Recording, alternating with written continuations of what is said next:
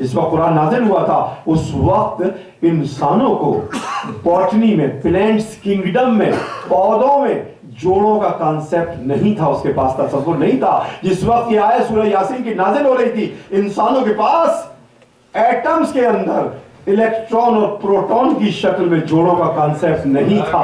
اس لیے قرآن نے کہا کہ جوڑے اس میں بھی ہیں کہ جن چیزوں کا بھی وہ علم نہیں رکھتے.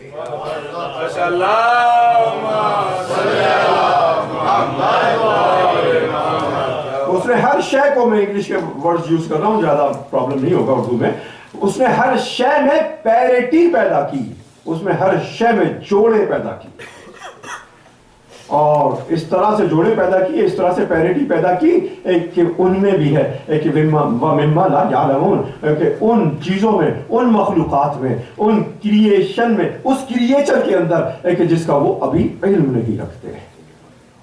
اور جو پیریٹی کا کانسیپٹ ہے کہاں تک جا رہا ہے عزیزان محترم؟ آج سائنس اپنے اتنے اسٹرانگ ریزولوشن کے پاس کہ وہ مالیکیولز کو دیکھ چکے ہیں، ایٹم کو بھی دیکھنے کی ان کی تیاریاں ہیں. کچھ رپورٹس ہیں کہ ایٹم تک کو دیکھ لیا گیا ہے. ایٹم کے جگر میں اترے تو وہاں نیوکلیس نظر آیا، اس کا مرکز اور سینٹر نظر آیا. اب نیوکلیس کا عالم یہ ہے کہ اب سائنسداں دیکھ رہے ہیں کہ ایک اگر اس میں نیوکلیس کے اندر جو پارٹیکل مل رہا ہے وہ پازیٹیو ہے تو دوسرا نیگیٹو ہے، پھر ایک پازیٹیو مل رہا ہے، پھر ایک نیگیٹو مل رہا ہے. مور دین 70 پارٹیکلز ابھی تک جوہر میں، نیوکلیس کے ایٹم کے مرکز میں دریافت ہو چکے ہیں، مگر ایک پازیٹیو ہے، ایک نیگیٹو ہے، ایک پازیٹیو ہے، ایک نیگیٹو ہے. ہر مقام کے اوپر جوڑے کا کانسیپٹ موجود ہے.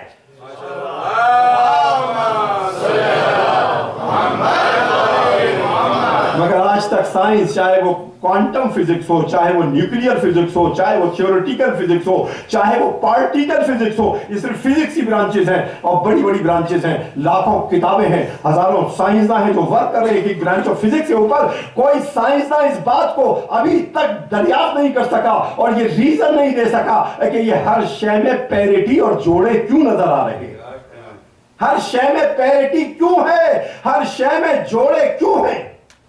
اور اس کا جواب 1300 سال پہلے امام جعفر الصادق علیہ السلام معصوم نے پوچھا کہ فرزند رسول، اللہ نے ہر شے کو کیوں جوڑے میں خلق کیا؟ لیکن یہ سائنس بھی ہے، ڈیوینٹی بھی ہے، امام کا علم بھی ہے اور معرفت معصوم بھی ہے. کہا فرزند رسول، اللہ نے ہر شے کو کیوں جوڑے میں خلق کیا؟ اس سوال کے جواب سنانے سے پہلے جو امام نے دیا، میں بہت ساری اور قرآن کی آیتوں کو آپ کو سنا دوں تاکہ آپ کا ذہن آمادہ ہو جائے. رب المشرقین و رب المغربین، وہ دو مشرقوں کا رب ہے، وہ دو مغربوں کا رب ہے. ایک مشرق نہیں کہا، ایک مغرب نہیں کہا، وہ دو مشرقوں کا رب ہے، وہ دو مغربوں کا رب ہے. عجیب و غریب بات یہ ہے کہ ڈائریکشن مشرق اور مغرب، ایسٹ اور ویسٹ کے حوالے سے 3 آیتیں ہیں قرآن میں. مشرق و مغرب کا تو بہت ذکر ہے، مگر نمبرز کے حساب سے 3 آیتیں. دور پردے محمد والے محمد، اللہم صلی علی محمد و آل محمد، اللہم صلی علی محمد و آل محمد. 3 آیتیں نمبر کے حساب سے. پہلی تو جب موسیٰ نے جواب دیا کہ وما رب العالمین، تو اس مقام پر آیتوں کا سلسلہ ہے، تو کہا کہ رب المشرق والمغرب، وہ ہے جو مشرق کا رب ہے، وہ جو مغرب کا رب ہے. مشرق اور مغرب، ایک مشرق ایک مغرب. اور اس کے بعد سورہ رحمان میں کہا رب المشرقین و رب المغربین. اس کا بے اختیار قرآن کہتا ہے فَبِأَيِّ آلَاءِ رَبِّكُمَا تُكَذِّبَانِ. اللہم صلی علی محمد و آل محمد. وہاں مشرقین، وہاں مغربین. ایک شخص آیا اور باب مدینۃ العلم سے پوچھا، اللہ نے مشکلات سے پوچھا کہ یہ بتائیے کہ یہ نعمتیں کون سی ہیں؟ صرف وہ یہ کہتا ہے رب المشرقین و رب المغربین، اور پھر کہتا ہے فَبِأَيِّ آلَاءِ رَبِّكُمَا تُكَذِّبَانِ. اس نے یہاں کون سی نعمت بیان کی ہے کہ جو وہ کہتا ہے کہ کس کس نعمت کو جھٹلا ہوگی؟ امام نے کہا ایک مشرق وہ ہے کہ جو ونٹر کا ہے، سورج نکلا اور پھر ونٹر کے حساب سے مغرب میں ڈوب گیا. دوسرا مشرق وہ ہے کہ جو قمر میں سورج الگ ہٹ کر نکلا اور پھر اسی حساب سے مغرب میں ڈوبا. اس نے مشرقین بنا دیا, اس نے مغربین بنا دیا. سیزن بدلے, موسم بدلا, نباتات بدلی, پیداوار بدلی, اجناس بدلی, سامان تجارت ہوئے, جہاز چلے, کشتی میں بوٹ چلی, تو پوری نعمت اللہ کی مشرقین و مغربین کے بیچ میں فبأي آلاء ربكما تكذبان.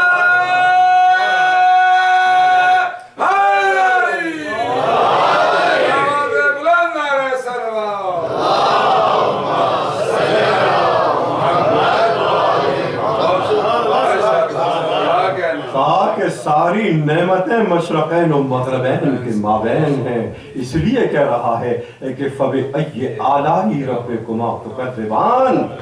عجیب بات یہ ہے کہ وہاں مشرقین بھی دو ہیں, مغربین بھی دو ہیں, جھٹلانے والے بھی دو ہیں. ابھی بات آگے جائے گی. اور سورہ بقرہ میں ارشاد فرماتا ہے کیف تکفرون باللہ کنتم امواتا فاحیاکم ثم یمیتکم ثم یحییکم الیہ. ضرور پڑھتے محمد والے محمد. اللہم صلی علی محمد وآل محمد. ثم یحییکم ثم الیہ ترجعون.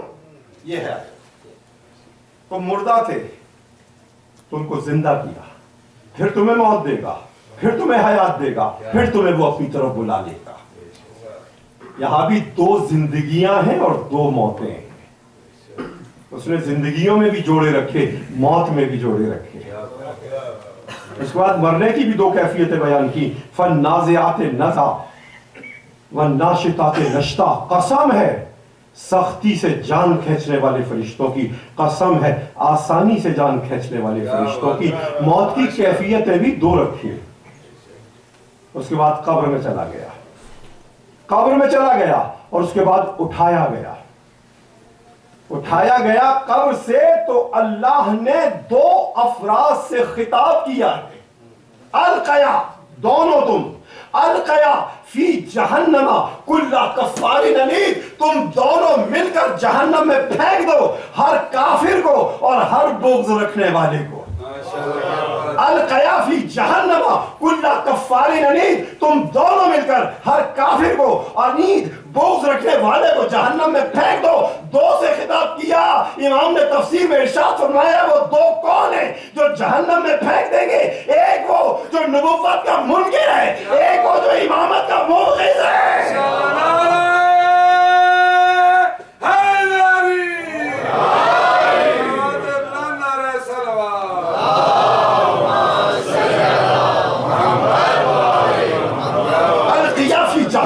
اللہ کفار عنید, تم مل کر ہر کافر کو اور ہر عنید کو بغض رکھنے والے کو جہنم میں پھینک دو. تو آپ نے جان لیا ہے کہ جہنم میں جانا صرف کفر کی وجہ سے نہیں ہے, بغض و عناد کی وجہ سے بھی ہے. امام کے اللہم صلی علی محمد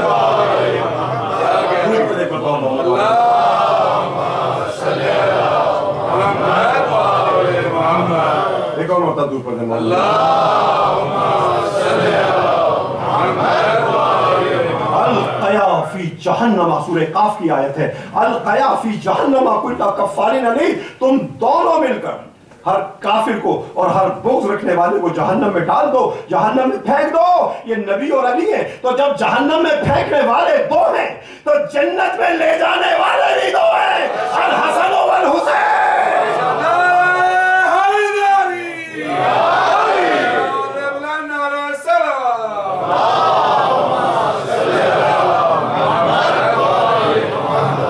حسن والحسین سیدہ شباب اہل الجنہ. حسن و حسین جنت کے جوانوں کے سردار ہیں, جنت میں لے جانے والے بھی دو ہیں. عزیزان گرامی, یہ الگ بات ہے کہ حدیث پوری یہ ہے کہ ابوہما افضل منہما یا خیر منہما, اور ان کا باپ ان دونوں سے بھی بہتر ہے. تو اگر حسن و حسین جنت میں لے جانے والے ہیں, حدیث کہہ رہی ہے کہ ان کا باپ ان سے بھی افضل ہے, تو ان کا باپ جنت و دوزخ کی تقسیم کرنے والا ہے.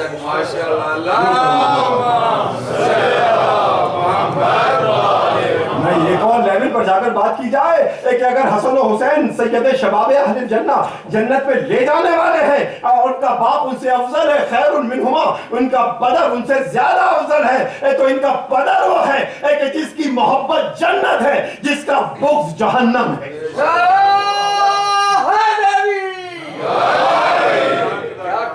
اے دوست نہ کچھ پوچھ، یہ دنیا بھی عجب ہے۔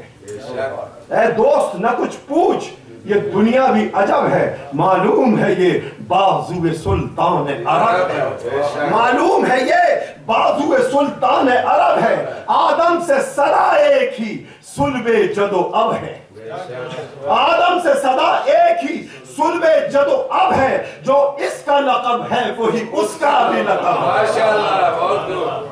یہ بھی مولا وہ بھی مولا، جو اس کا لقب ہے وہی اس کا بھی لقب ہے، دونوں میں جدائی کبھی پہلے تھی نہ اب ہے، اس پر بھی اگر ان کو نہ مانے تو خطر ہے۔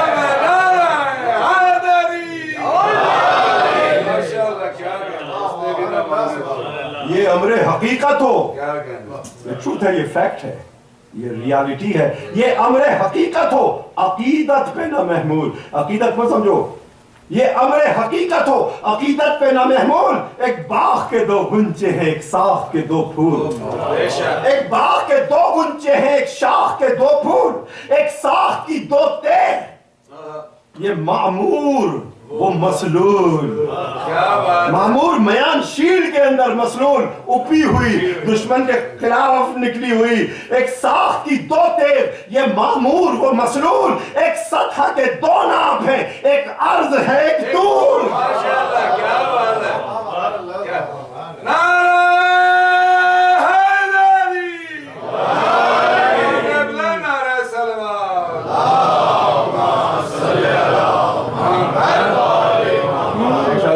شاجی کو میں نے اسپیشل دعا بھی دی ہے اور اسپیشل دوا بھی دی ہے، اسی وجہ سے تو درود پڑھتے محمد ایک ساخ کی دو تیر، یہ معمور وہ مسلول، ایک سطح کے دو ناپ ہیں، ایک عرض ہے ایک طول، چھوٹا ہے ذرا ایک تو یہ حد ادب ہے، چھوٹا ہے ذرا ایک تو یہ حد ادب ہے، اس پر بھی اگر ان کو نہ مانے تو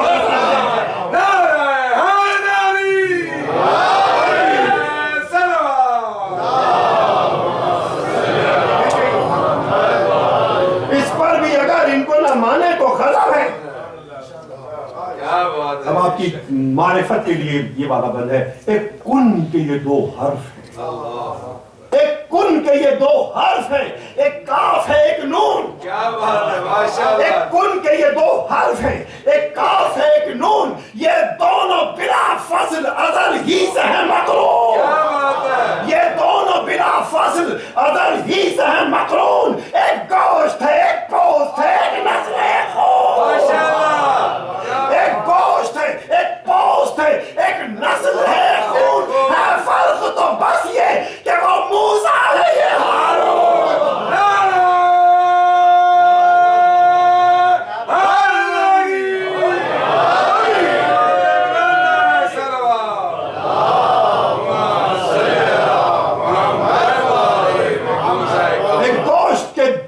ایک گوشت ہے ایک پوست ہے ایک نسل ہے ایک خون، ہے فرق تو بس یہ کہ وہ موسیٰ ہے یہ ہارون، حیدر میں نبوت ہی نہیں اور تو سب ہے، اس پر بھی اگر ان کا نام آئے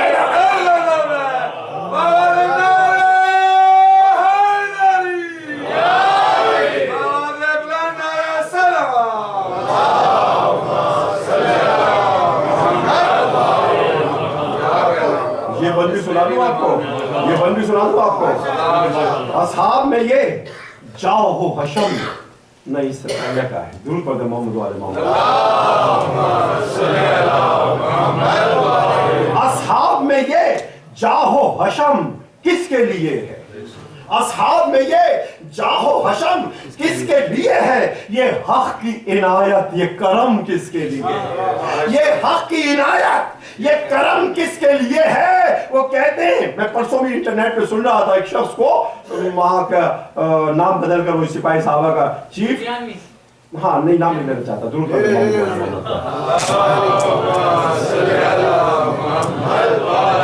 میں ان کا نام نہیں لیتا تو اس کا کیا نام ہی ہوگا, ضرور پڑھ جائے محمد.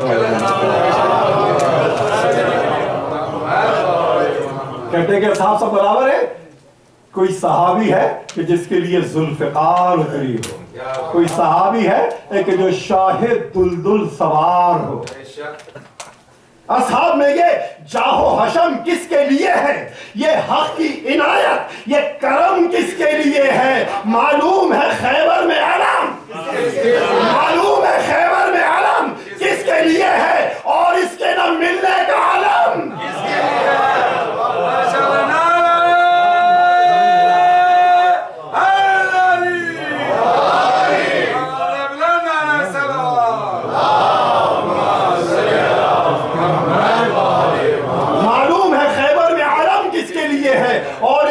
ملنے کا علم کس کے لیے ہے؟ لو نام تو یاروں کی ندامت کا سبب ہے.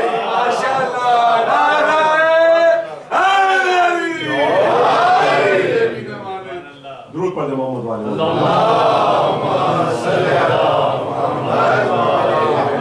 تو عزیزان گرامی, امام سے آ کر سوال کیا کہ نباتات میں جوڑے, حیوانات میں جوڑے, پیئرس پیریٹی جمادات میں جوڑے, ایٹم کے جگر کے اندر جوڑے, اور ابھی تک مسلسل نظر آ رہے ہیں پازیٹیو نیگیٹو بیلنس ہو رہا ہے مسلسل ایٹم کے جگر کے اندر, اور ہر مقام کے اوپر پیریٹی ڈوئلٹی, ہر مقام کے اوپر پیئرس کا کانسیپٹ ہر سطح پر ہر مقام پر آ رہا ہے. تو یہی سوال کیا کہ فرزند رسول یہ بتائیے کہ اللہ نے چیزوں کو جوڑے میں کیوں پیدا کیا؟ یا تو اس سوال کا جواب وہی دیتا نا جو کائنات کی ہر شے سے واقف ہو. کہا کہ اللہ نے چیزوں میں جوڑے کیوں پیدا کیے؟ امام نے صرف ایک لفظ میں جواب دے دیا, کہا اللہ نے اس لیے جوڑے پیدا کیے ہر شے میں کہ وہ خود واحد ہے.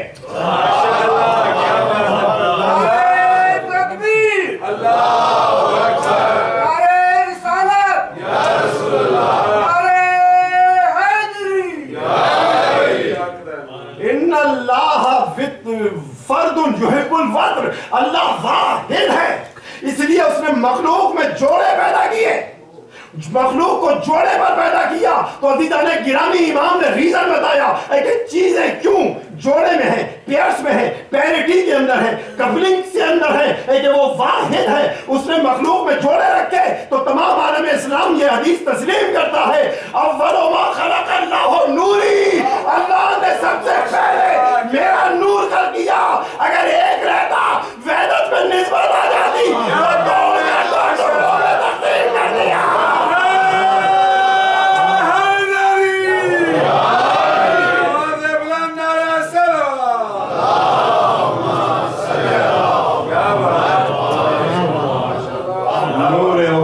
تقسیم بھی اس کی وحدانیت کا نتیجہ ہے.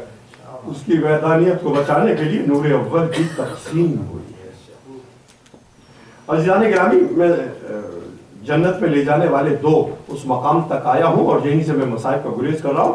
آج مجھے گفتگو بڑے شہزادے کے حوالے سے پھر قاسم نوشہ تک کرنی ہے. ایک بات یاد رکھیے جو بھی میں پہلی والی مجلس میں عرض کر رہا تھا, تاریخ کے اعتبار سے کہ بنی ہاشم میں یا اولاد ابی طالب میں کے اندر دو قاسم ہیں جو شہید ہوئے ہیں کربلا میں. پہلے قاسم ابن اون بن جعفر طیار, حضرت جعفر طیار کے فرزند اون بن جعفر طیار, یہ بھی شہید ہیں کربلا کے, اور ان کے فرزند قاسم بن اون بن جعفر طیار. اور یہ قاسم وہ ہیں کہ جن کی شادی خود امام علیہ السلام نے بی بی زینب کی صاحبزادی سے کی ہے, ام کلثوم صغرا سے. قاسم بن اون بن جعفر طیار. اور اس کے پیچھے پوری تاریخ بھی ہے کہ ایک مرتبہ امیر شام نے خط لکھا امام حسین علیہ السلام کو کہ ٹھیک ہے جھگڑوں کو ختم کریں اور چیزوں کو بلا دیں اور آپس میں ہم رشتے کر لیں, اور میں پروپوز کرتا ہوں آپ کی بھانجی کا رشتہ اپنے بیٹے یزید کے لیے. امام نے کہا کہ ہم نے تجھے دنیا کے لیے دشمن نہیں بنایا, اللہ کے لیے دشمن بنایا ہے. تو یہ سیاسی چالیں نہیں چلیں گی. اور پھر فوراً امام نے اعلان کیا کہ میں ام کلثوم صغریٰ جو بی بی زینب کی صاحبزادی ہیں ان کی شادی قاسم بن اون بن جعفر سے کرتا ہوں, اور میری جو مدینے کے باہر زمینیں ہیں یہ اس بچی کو میں مہر میں دیتا ہوں. اہل تاریخ لکھتے ہیں, اہل مقاتل لکھتے ہیں کہ قاسم بن اون بن جعفر الطیار یہ کربلا میں تھے, اور ام کلثوم صغریٰ یہ بھی موجود تھی وہاں. اور ظاہر ہے کہ مجھے بتانا تھا تاریخ اور مقتل کا ایک گوشہ پورا, کیونکہ 2 قاسم ہیں جو شہید ہوئے.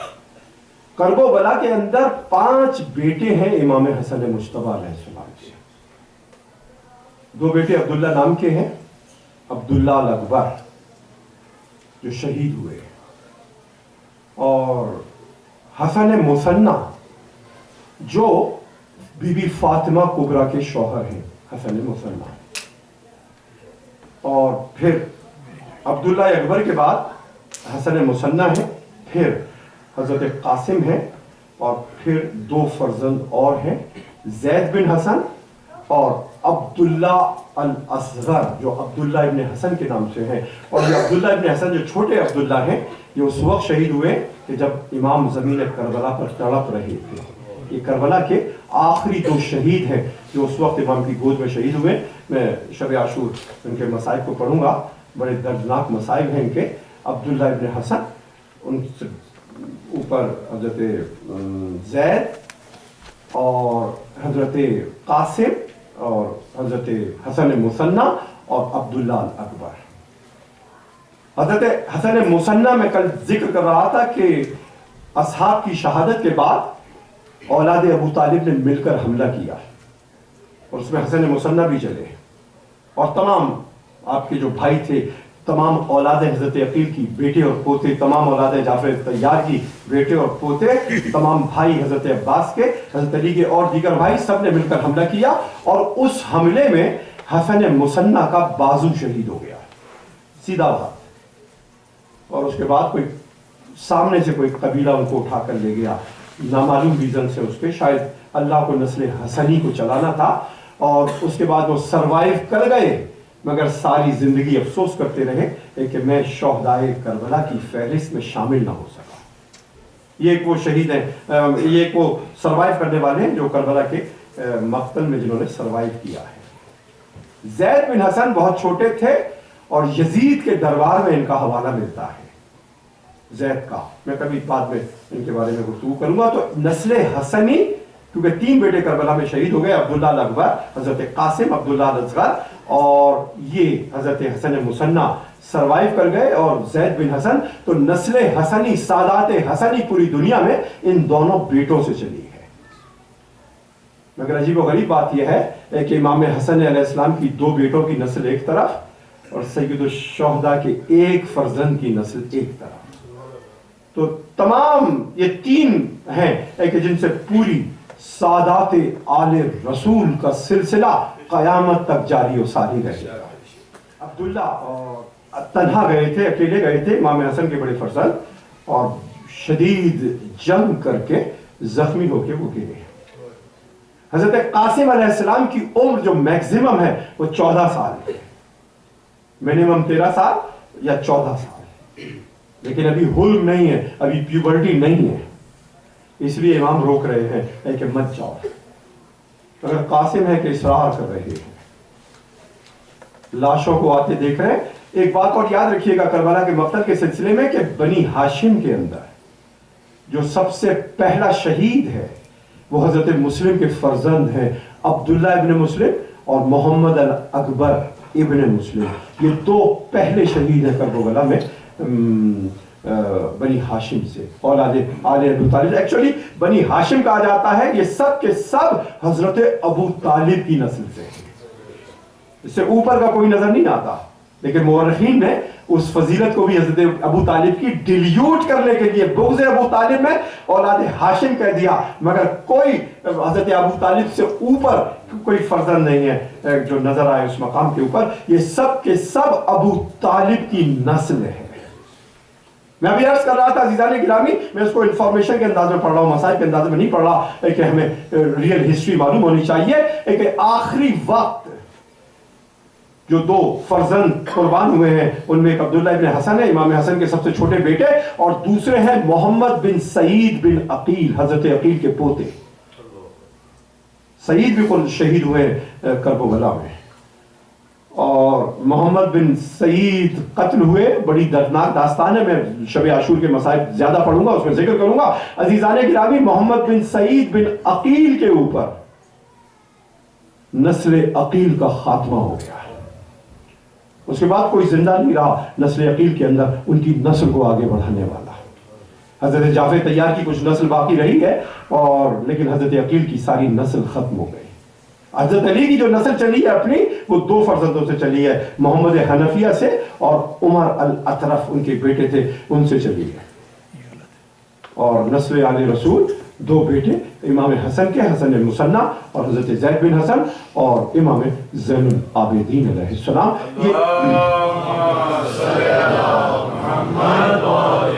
تو قاسم صبح عاشور ہی سے اور مسلسل ظہر کے وقت سے اجازت مانگتے رہے چچا سے، مگر کیونکہ ابھی چھوٹے تھے اس لیے امام نے اجازت نہ دی. ام فروہ کے پاس گئے، والدہ کے پاس گئے، کہا بیٹا وہ تعویذ تمہارے بابا نے تمہارے بازو پہ باندھا تھا، اس تعویذ کو کھول کر دیکھو وہ کیا ہے. حضرت قاسم پشت خیام پر آئے اور کربلا کی زمین پہ بیٹھے زار و قطار روتے ہوئے بازو سے اس تعویذ کو کھولا تو وہ بابا حسن مجتبی کی تحریر تھی. تعویذ نہ تھا، تحریر تھی. تعویذ حفاظت کے لیے ہوتا ہے، یہ تحریر شہادت کے لیے لکھی تھی. امام نے تحریر کھولی، کہا بیٹا قاسم ایک وقت آئے گا میرے بھائی پر کہ وہ یکا و تنہا ہوگا، ساری دنیا دشمن ہوگی، فرات کے کنارے لشکروں میں نرغہ ہوگا، اور اس وقت 3 دن کی بھوک و پیاس ہوگی. قاسم اپنے چچا پر قربان کر دینا اپنی جان کو. میں تمہیں حکم بھی دیتا ہوں، تمہیں اجازت بھی دیتا ہوں. اس تحریر کو لے کر حضرت قاسم امام کی خدمت میں آئے. ایک چچا جان، یا اماں یہ بابا کی تحریر ہے، انہوں نے حکم دیا ہے، انہوں نے وصیت کی ہے. ایک مرتبہ بھائی حسن کی تحریر کو دیکھا، آنکھوں سے لگایا، امام کی آنکھ سے آنسو جاری ہو گئے. کہا ہاں یہ بھائی حسن کی تحریر ہے، اب میں قاسم تمہیں روک نہیں سکتا، اب میں تمہیں بچا نہیں سکتا.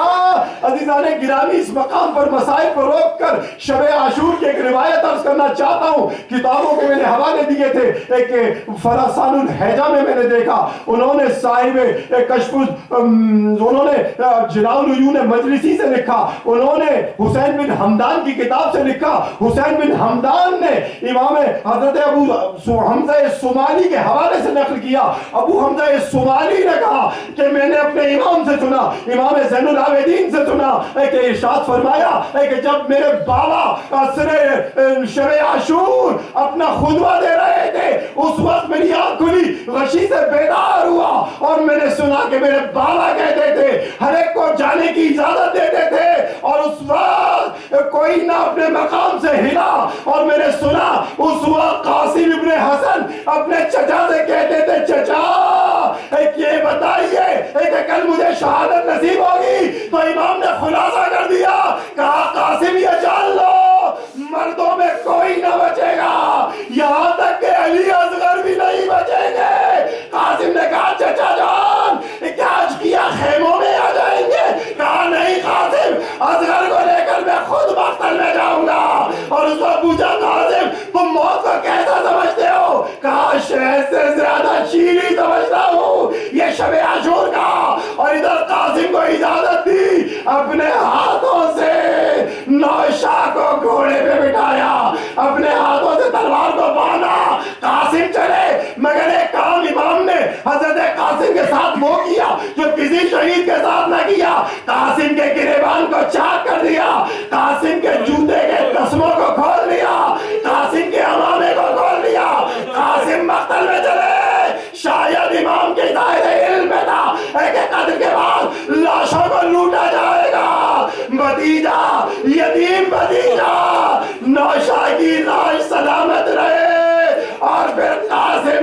میدان میں آ گئے. ان تذکرونی فانا النجل الحسن. اگر تم نہیں جانتے میں حسن مجتبیٰ کا فرزند ہوں, میں شبر کا فرزند ہوں. اور یہ حسین جو لشکروں میں میرے چچا گھرے ہوئے ہیں, اس کے بعد حضرت قاسم نے حملہ کیا اور 80 افراد کو قتل کر دیا. اس کے بعد شام کا سردار نکلا, ایک بڑا شہسوار 1000 سواروں کے برابر تھا. ایک بات یاد رکھیے, جب قاسم چلے تو امام نے حضرت عباس سے کہا بھائی یتیم بھتیجے کی حفاظت کرنی ہے. تو حضرت عباس حضرت قاسم کے بہت قریب تھے اور بھتیجے کی جنگ کو دیکھتے تھے. حمید ابن مسلم کا بیان ہے کہ میں اس بچے کو نہیں بھولوں گا جس کا چہرہ چاند کی طرح سے روشن تھا, جس کا گریبان پھٹا ہوا تھا اور وہ جنگ کر رہا تھا اور زکے شامی کے 4 بچوں کو قتل کیا اور زکے شامی کو قتل کیا. ناگا حضرت قاسم کے جوتے کا تسمہ کھل گیا. حمید ابن مسلم کا بیان ہے کہ وہ بچہ جھکا کہ اپنے جوتے کے تسموں کو باندھ لے. ایک شقی پیچھے سے آیا, قاسم کے سر پر پرچے کا وار کیا. قاسم زمین کربلا پر گرے, تڑپنے لگے, پکار کر آواز دی. آواز کا آنا تھا کہ عقاب کی طرح مقتل نے لکھا. امام بھی تلوار کھینچ کے چلے, حضرت عباس بھی چلے. ان دونوں کو آتے دیکھ کر لشکر بھاگا. امام نے حضرت قاسم کے قاتل پر حملہ کیا. یہ واحد ہے کہ جس کے قاتل سے انتقام لیا. امام نے حملہ کیا, اس کے بازو کو کاٹ دیا. لشکر آیا, اس کو اٹھا کر لے گیا اور اس بھگدڑ کے اندر قاسم کا لاشا پامال ہو گیا, دورا کا لاشا پامال ہو گیا, امام کا لاشا شہادت کے بعد پامال ہوا. اس کے بعد قاسم کو زندگی میں پامال کر دیا گیا. امام کے اشعار ہیں کہ اے بیٹا تم اپنے چچا کو بلاؤ, وہ تمہاری مدد نہ کر سکے. اے بیٹا تمہارا چچا کتنا مجبور ہے. اور اس عالم میں امام نے اٹھایا کہ قاسم کا سر آپ کے سینے میں تھا, آپ کے پاؤں رگڑتے جا رہے تھے. خیمے کے پاس آ کر آواز دی, اے ام فروا اپنے نوشا کے لاشے کو لے لو, اے تمہارا دولہا خون میں سرخرو ہو کر آیا. واہ قاسمہ, واہ قاسمہ. ماتم حسین دیجئے, یا حسین یا حسین یا حسین یا حسین یا حسین یا حسین یا حسین یا حسین یا حسین یا حسین یا حسین یا حسین یا حسین یا حسین یا حسین یا حسین یا حسین یا